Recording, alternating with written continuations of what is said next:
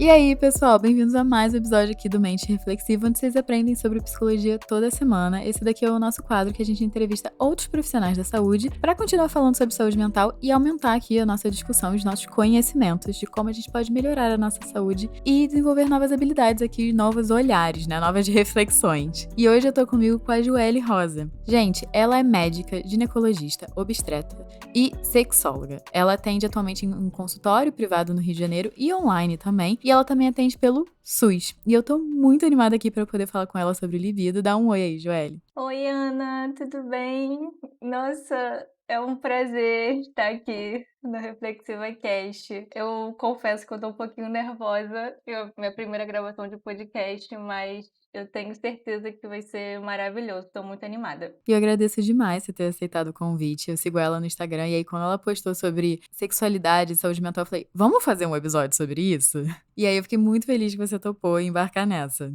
Eu também, tô muito animada. Então, quem clicou aqui provavelmente quer aprender um pouquinho mais sobre libido, né? Então, eu queria começar te perguntando o óbvio, mas o óbvio sempre precisa ser dito, que é o que é libido. Até pensando numa ginecologista, numa sexóloga, como é que você enxerga libido? O que é? Olha, Ana, eu vou te confessar que essa é uma das perguntas que eu mais escuto no consultório. Não exatamente a definição de libido, mas eu recebo muitos pacientes com essa queixa de queda de libido. Ah, doutora, eu tô sem libido nenhuma. Mas geralmente essa definição vem carregada da questão sexual. Puramente. Vem com essa carga de sexualidade muito forte, seja de frequência, seja de performance, de vontades, geralmente vem nesse âmbito. E a primeira coisa que eu faço é tentar desconstruir e reconstruir esse conceito, fazendo uma definição bem simples para que todos entendam o que é libido de fato. O que é libido é nada mais é que energia vital. Isso segundo Freud, que a gente usa muito as questões psicológicas na sexologia e na ginecologia como um todo, porque a gente não enxerga paciente só como um órgão, e sim como uma pessoa, um ser humano. Então, eu sempre falo que libido é igual energia vital. E o que é essa energia vital? É a energia pela qual se manifesta a capacidade de se ligar às pessoas, ao prazer, aos desejos, às necessidades e a vida. Quando eu leio essa definição para as pacientes, elas já param e já começam a enxergar de uma maneira diferente. Ué, libido não é só sexo? Libido não é só transar? Não. Libido é tudo que envolve o prazer. E eu posso entender assim como é uma vontade de viver?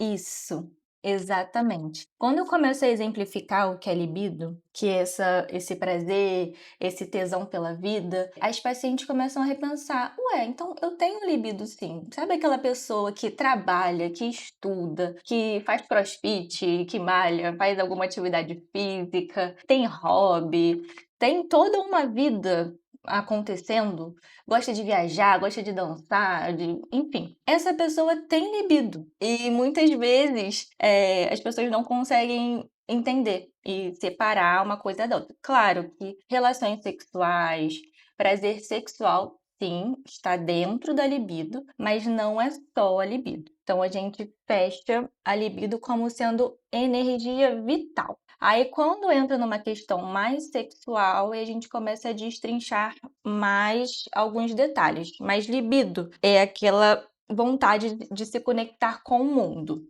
Então, aí já começa a abrir a caixinha por aí.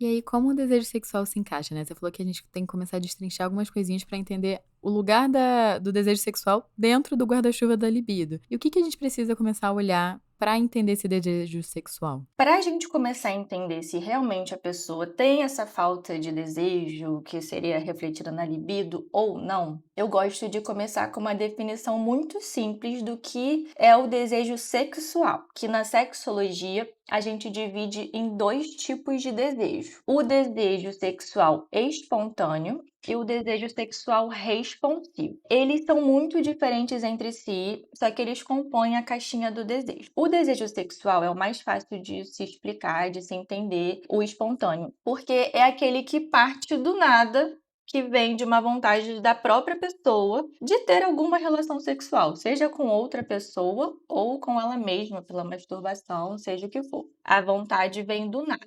Esse é o desejo sexual espontâneo. Esse desejo espontâneo, ele é mais comum quando a gente é mais jovem e é mais comum, tem uns estudos que falam que é mais comum nos homens. E mais jovem a gente tá falando mais ou menos, assim, de quantos anos? É juventude mesmo, sabe aquela fase que a gente não tem muitas preocupações, nossa vida é mais leve, puberdade. Geralmente o desejo espontâneo começa por aí. Cientificamente falando, ele tende a decair ao longo dos anos, principalmente nas mulheres falando na menopausa, então é normal, é esperado a gente começar com o desejo espontâneo alto e ele diminuindo ao longo da vida. Então, só de eu também dar essa informação para a paciente, já tira um peso dela também. Tipo, eu não sou tão anormal assim, tá tudo bem, isso acontece, isso é um processo natural. Porque eu vejo até no meu consultório, muitas vezes, comparações, né, de: "Nossa, eu tinha muito mais vontade de, por exemplo, fazer sexo e tudo mais,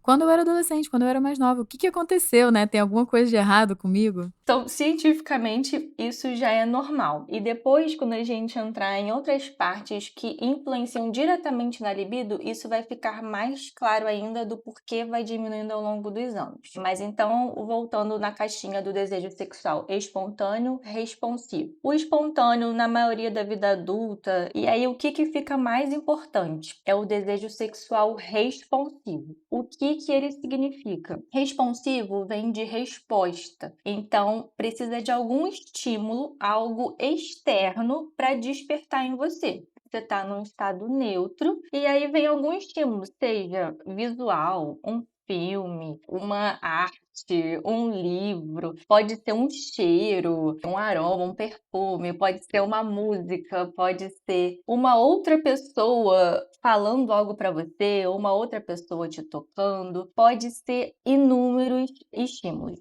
E eles podem também mudar ao longo da vida e ao longo do dia. De manhã você pode querer um carinho, de noite você pode querer nada, ou pode querer só uma música, pode te despertar. Então, isso também tira um peso de que precisa sempre ter o mesmo estímulo para ter um desejo. Por exemplo, eu sempre gostava que beijava meu pescoço, e hoje em dia eu não consigo mais responder a isso. Tudo bem, mudou o seu estímulo que você quer nesse momento. Então, o que passa a ser mais importante nessa caminhada do desejo é buscar cada vez mais estímulos diferentes para que você possa responder e corresponder ao desejo e ter uma vida sexual saudável. Então, por exemplo, a pessoa não tem quase nenhum desejo sexual espontâneo. Geralmente, vive a vida normal, trabalha, nem penso nisso, nem tenho vontade. Mas se tem algum estímulo, a pessoa chama para sair ou tem alguma coisa, ela responde bem e consegue ter uma relação sexual prazerosa. Quer dizer que o desejo sexual responsivo dela está preservado. O espontâneo pode não estar muito, mas o responsivo está preservado. Então quer dizer que ela não tem problema nenhum de libido.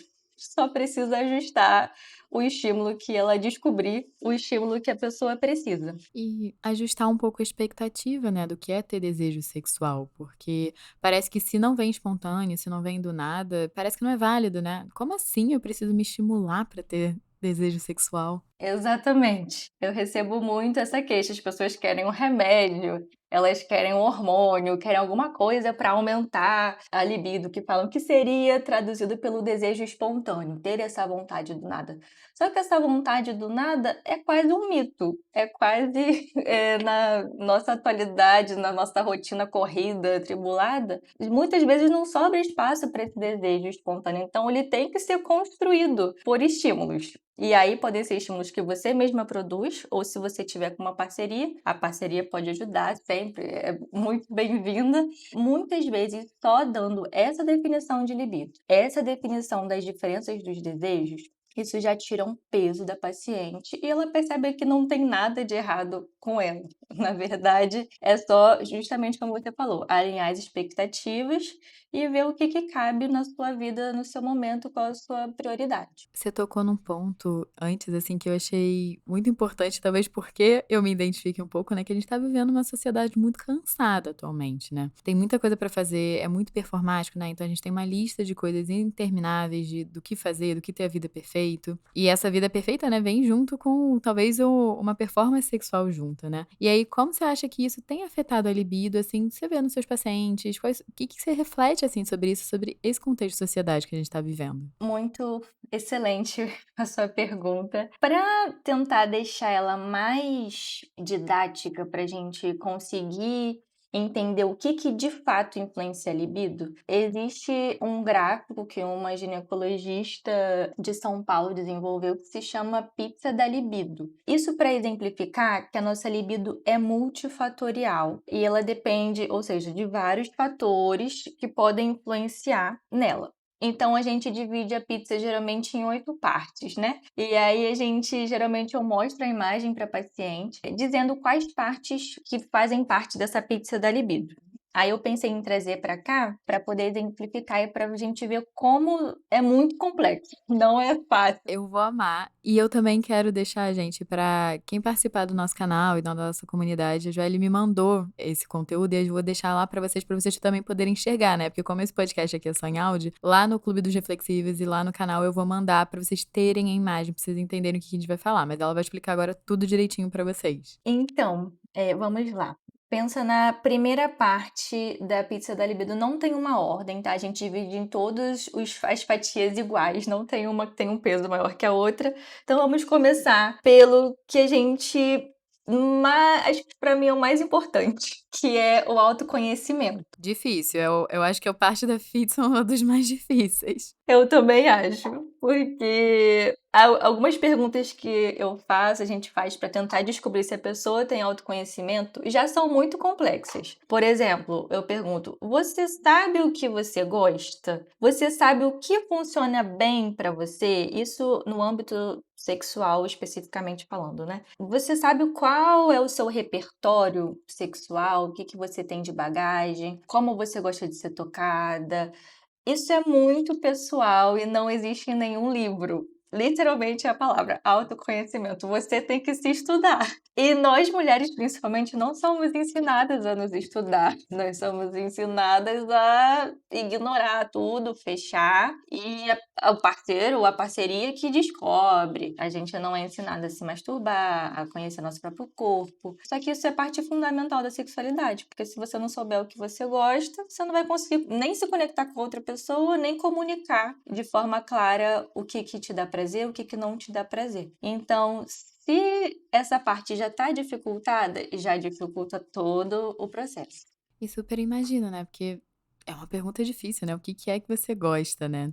E pra isso muitas vezes é ir lá, testei, gostei, não gostei, toquei aqui, gostei, que nem você falou, beijo no pescoço, gostei, não gostei. É um lugar que a gente tem que estar se expondo, né, porque senão a gente não se conhece, isso não vai cair no nosso colo. Aí, entrando um pouquinho, tem um pouquinho a ver, outra fatia dessa pizza vem autoestima, que também é um tema bem polêmico e atual. E as perguntas que a gente faz o quanto você se ama, o quanto você se admira, o quanto você gosta da pessoa que você é, do ser humano que você é. Você se sente bem consigo mesma? E aqui eu tô falando de corpo, obviamente, mas também de mente. Você se admira como pessoa? Você se sente sexy? Você se sente desejável? Para você ter uma relação sexual prazerosa, você tem que estar bem com você. Porque senão você vai se fechar, você vai querer se esconder, não vai querer se explorar e não vai se entregar, que é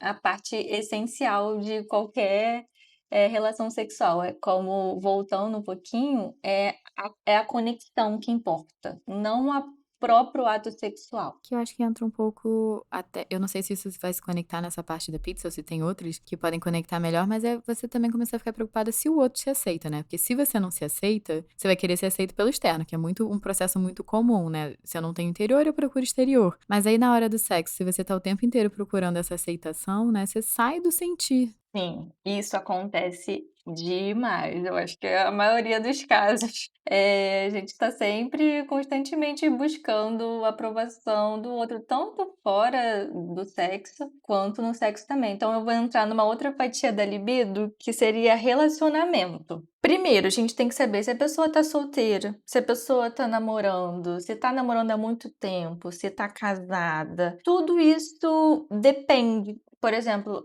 uma pessoa que tá solteira, que não tem vida sexual ativa, pode ser que ela não venha com essa queixa de: "Ai, eu tô com a libido baixa", porque pra ela tanto faz. Mas se ela tiver num relacionamento, se isso começar a afetar o relacionamento, aí a gente já começa a entender o porquê que isso está acontecendo. Alinhar expectativas é muito importante. Muitas pessoas vêm com a ideia muito fixa de frequência sexual e comparação, tipo, ai, a minha amiga transa todo dia, o meu amigo transa uma vez por mês. Existe essa comparação, não é inevitável. Só que não tem nenhum estudo científico que fale quantas relações sexuais você deve ter para ter uma vida saudável e plena. Obrigada muito por ter falado isso, porque eu vejo muito em consultório que é: "Ah, mas se eu não quero transar toda semana, então eu tenho alguma coisa errada", porque são os parâmetros, né, que as pessoas inventam. E a gente poder falar que cada um tem um desejo sexual, isso é muito libertador. Eu sempre falo esse dado porque ele é real. Existem pessoas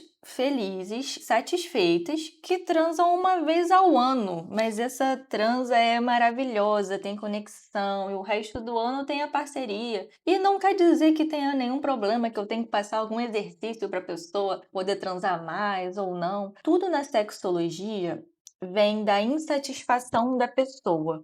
Não tem um número mágico para nada, nem de frequência, nem de, orgasmo, não orgasmo, quantas vezes ou não, quais posições ou não. Não, qualquer coisa que a gente trata na sexologia parte de uma insatisfação da pessoa. Então, mais importante, reforçando muito, né, é a questão do autoconhecimento e a questão de você refletir, ver o que você quer.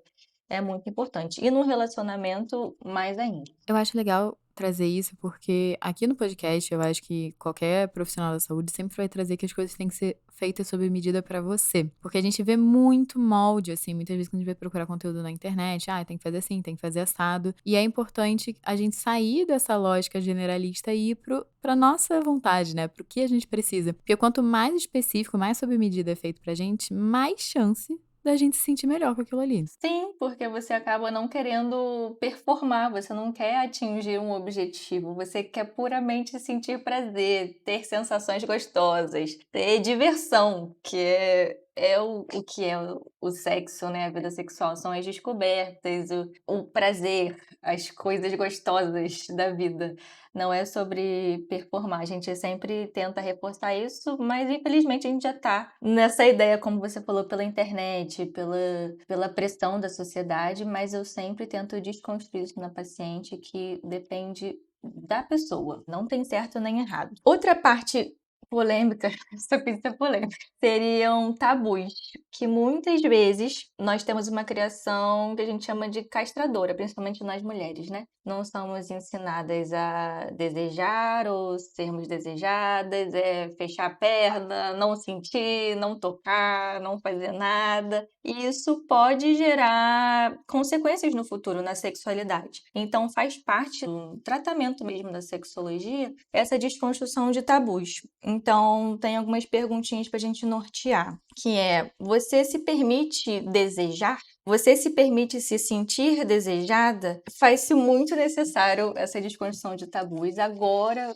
pela internet, a gente consegue ver bastante conteúdo sobre empoderamento, sobre autoconhecimento e tudo mais, mas ainda estamos caminhando, eu sinto ainda está um pouquinho lento esse processo dos tabus, mas eles fazem uma parte, são essenciais nessa desconstrução da sexualidade. Perfeito. E é muito importante, né, porque eu venho da terapia cognitivo-comportamental e a gente observa muito como a gente interpreta o mundo, né? E essas interpretações vão influenciar muito em como a gente se sente, em como a gente age. Então, se a gente interpreta ou aprendeu, né, que sexo é errado, ou é sujo, ou tem que ser reprimido, isso vai influenciar muito no sentir e no agir também. Perfeito. Nesse âmbito de tabus, né, entram muito a criação, seja religiosa ou não. Então, a gente tenta desconstruir ao máximo, porque a gente pensa, ah, foi só na infância, só na juventude. Quando virar adulto, casa e dá tudo certo. Mas muitas vezes não, porque sexo é aprendizado. É, como você disse, testável, o que gosta, o que não gosta. Se você não tem esse espaço, essa liberdade para experimentar, o processo fica mais lento. Mas é super possível. Outras partes da pizza entram mais a questão de saúde.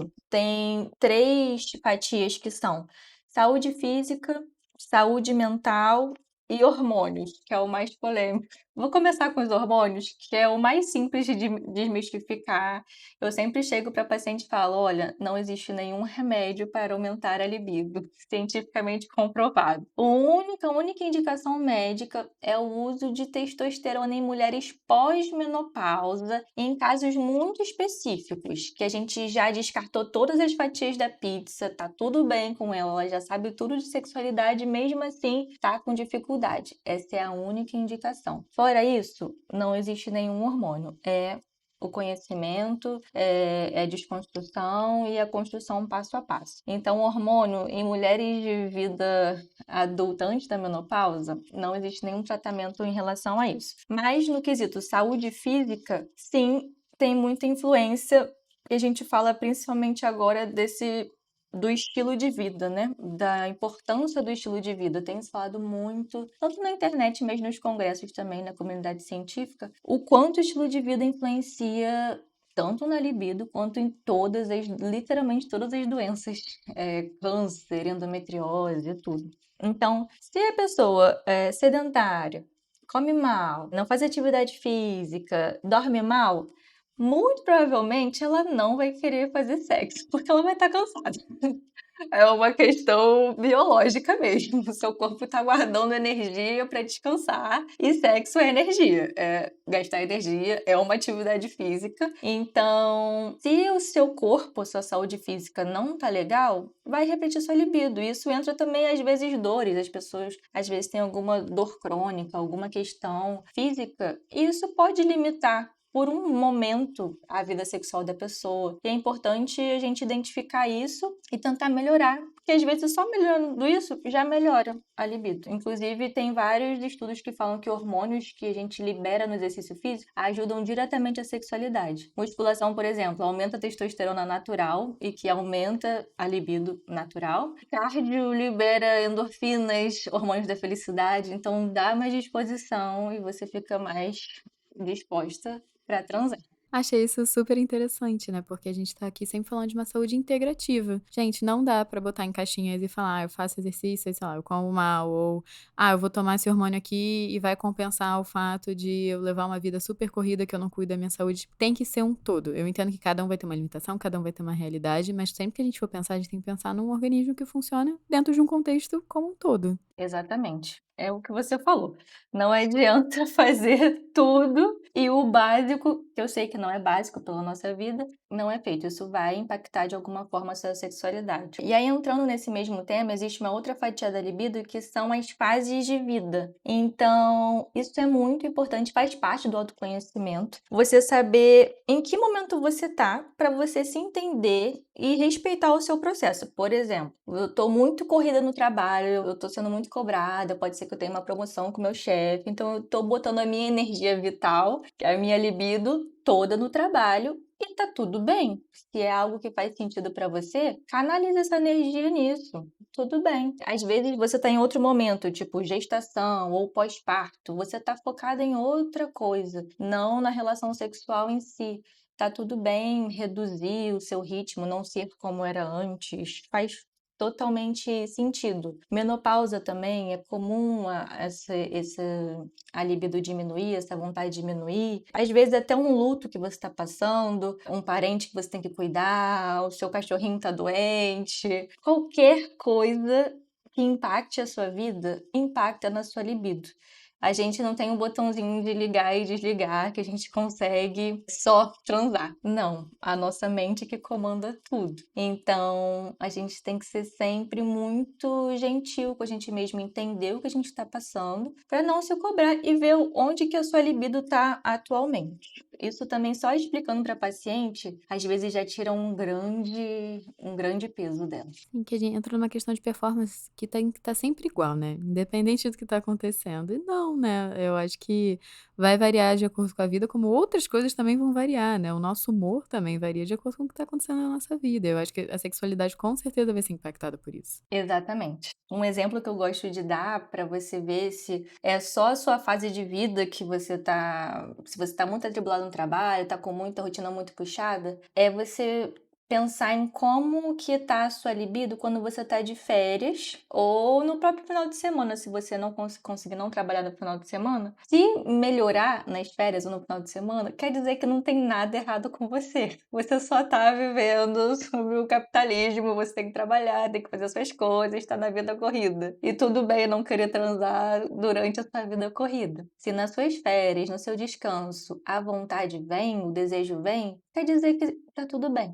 Todos nós passamos por isso, só que a gente não fala muito, né? Mas todos nós passamos por isso. Então, dado que agora a gente foi nessas 8 fatias aí da libido, eu queria te perguntar, então, o que que você fala, né, pra quem clicou nesse episódio, eu gostaria de aumentar a libido, eu gostaria de melhorar a libido. O que que você quer deixar aqui de mensagem final? Então, para resumir tudo, o que eu gostaria de deixar como mensagem é que a libido é multifatorial. Não adianta tentar colocar na caixinha do hormônio, na caixinha da fase da vida. Não, você tem que fazer um apanhado da sua vida, fazer uma reflexão mesmo do que você está passando nesse momento agora, do que você já passou, do que você vai passar, para saber o que está interferindo agora na sua libido. E sempre lembrar que libido é energia vital. Às vezes a sua libido não tá nesse momento em transar, em fazer sexo, em se masturbar, mas tá em encontrar seus amigos, em viver, em aproveitar, e dançar, e trabalhar. E tá tudo bem. O que importa mesmo é você saber o que você gosta, o que está acontecendo na sua vida, o que você pode fazer para melhorar. E a gente sempre fala que quanto mais a gente desperta a nossa libido, mais ela aumenta. Até indo para a questão sexual também. Quanto mais você pensa, fala, pratica sexo, o desejo espontâneo, curiosamente, vai aumentando. A ciência tem vários estudos que falam isso. Então, se você tem essa vontade de melhorar nesse quesito sexual, é praticar. Não é fácil, não vem espontaneamente, como a gente falou no começo. Você precisa procurar os estímulos para poder despertar o seu desejo e tenho certeza que muitos que ouviram aqui, provavelmente vão sair mais leves e com menos culpa de que acham que tá tudo bem com a libido, ela só tá direcionada para outro lugar. E é isso que importa. É menos cobrança e mais prazer, e mais descobertas. É disso que a libido é feita. Então, você pode estar com tesão, mas é por tesão por outras áreas da sua vida, pelo que eu tô entendendo. Exatamente. E você pode ter tesão na sua mente e pode não querer transar fisicamente. Isso existe. Porque dá trabalho, né? Transar, sair, enfim. Então não quer dizer também que só porque tá no seu pensamento e você não colocou em prática, que não é real. Qualquer coisa pode ser libido, pode ser sexual, pode dar prazer.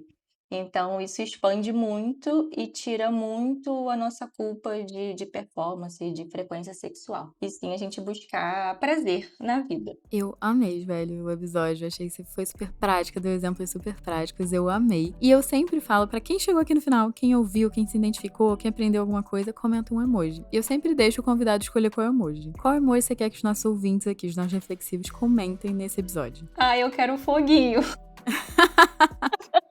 Eu achei ele super adequado pra temática. Então, gente, comentem aqui o foguinho. Eu quero agradecer demais a Joelle. Se vocês gostaram desse episódio, compartilhe nas redes. Marque aqui a gente, o @reflexivacast, ou eu. Vocês podem me achar também na minha rede, Ana Tereza Cavalcante, Tereza com THS, Cavalcante com I. E, Joelle, onde as pessoas te encontram? Onde se as pessoas quiserem marcar uma consulta com você depois desse episódio, onde elas te acham? Eu tenho Instagram, é @doutorajoelle. E lá tem um link que você pode me achar no WhatsApp, WhatsApp, tem no Google também, pelo Doctoralia. Vocês conseguem me encontrar, porque meu nome é diferente, né? Só tem eu de Joelle Rosa. Perfeito, eu vou deixar esse link aqui na descrição, gente. Então, só seguir na descrição do episódio que vocês vão entrar já no perfil dela, vão entrar aqui nas redes sociais do podcast e não deixem de ativar o sininho para vocês ficarem ligados nos próximos episódios aqui, seguirem o podcast, avaliar com 5 estrelinhas para esse episódio chegar em mais gente, tudo aqui que eu e a Joelle conversamos, chegar em mais pessoas ouvirem aqui esse podcast. E, Joelle, eu queria agradecer muito, muito, muito pela sua disponibilidade, por você ter vindo aqui. Eu amei demais esse episódio. Eu também quero agradecer. Tô muito menos nervosa. Agora eu não tô nervosa nem um pouco. É uma conversa muito boa. Eu falo literalmente sobre isso todos os dias. Eu amo falar sobre esse tema e ajudar as pessoas a se entenderem melhor e a se descobrirem. Isso é muito prazeroso pra mim. Aumenta a minha libido. Muito obrigada. De nada. Então, gente, um beijo até o próximo episódio.